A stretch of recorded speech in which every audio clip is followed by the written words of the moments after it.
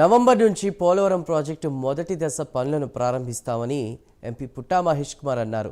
Project నిర్మాణం కోసం కేంద్రం నిధులు మంజూరు చేయడం సంతోషంగా ఉందని తెలిపారు. కాపర్ డ్యామ్, డయాఫ్రామ్ వాల్స్తో పాటు ప్రాజెక్టు మొత్తాన్ని పూర్తి చేశామని ధీమా వ్యక్తం చేశారు. గత ప్రభుత్వ పాలన వల్ల రాష్ట్రం 25 ఏళ్లు వెనక్కి వెళ్లిందని మండిపడ్డారు. సెంట్రల్ గవర్నమెంట్లో క్యాబినెట్ మీటింగ్లో పోలవరం ప్రాజెక్టుకి సంబంధించి 12,000 కోట్లు రిలీజ్ చేయడానికి ఒప్పుకున్నారండి.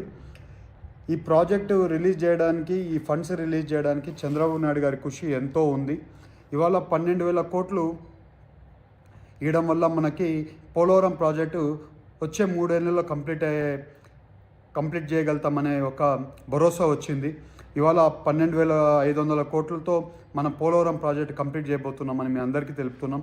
కాఫర్ డ్యామ్ అయినా కానివ్వండి, అలాగే డైఫామ్ వాల్ అయినా కానివ్వండి, ఈ రెండు కంప్లీట్ చేసుకుంది ప్రాజెక్టు.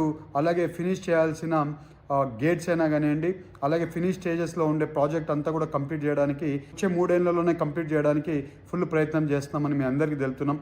ఇవాళ చంద్రబాబు నాయుడు గారు కృషి ఎంతో ఉంది ఈ ఫండ్స్ రావడానికి. 2 సార్లు జలశక్తి మినిస్టర్ గారిని కలిశారు.